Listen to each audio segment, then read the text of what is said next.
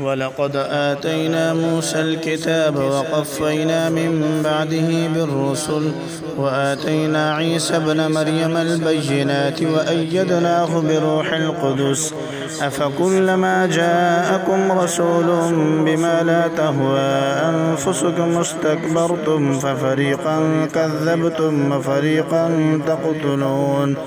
وقالوا قلوبنا غلف بل لعنهم الله بكفرهم فقليلا ما يؤمنون ولما جاءهم كتاب من عند الله مصدق لما معهم وكانوا من قبل يستفتحون على الذين كفروا فلما جاءهم ما عرفوا كفروا به فلعنة الله على الكافرين بئس ما اشتروا به أنفسهم أن يكفروا بما أنزل الله بغيا أن ينزل الله من فضله على من يشاء من عباده فباءوا بغضب على غضب وللكافرين عذاب مهين وإذا قيل لهم آمنوا بما أنزل الله قالوا نؤمن بما أنزل علينا ويكفرون بما وراءه وهو الحق مصدقا لما معهم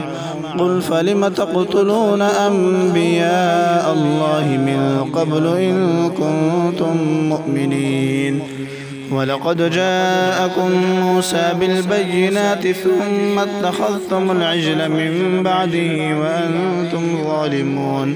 وإذ أخذنا ميثاقكم ورفعنا فوقكم الطور خذوا ما آتيناكم بقوة واسمعوا قالوا سمعنا وعصينا وأشربوا في قلوبهم العجل بكفرهم قل بئس ما يأمركم به إيمانكم إن كنتم مؤمنين قل إن كانت لكم الدار الآخرة عند الله خالصة من دون الناس فتمنوا الموت إن كنتم صادقين ولن يتمنوا أبدا بما قدمت أيديهم الله عليم بالظالمين ولتجدنهم أحرص الناس على حياة ومن الذين أشركوا يود أحدهم لو يعمر 1000 سنة وما هو بمزحزحه من العذاب أن يعمر والله بصير بما يعملون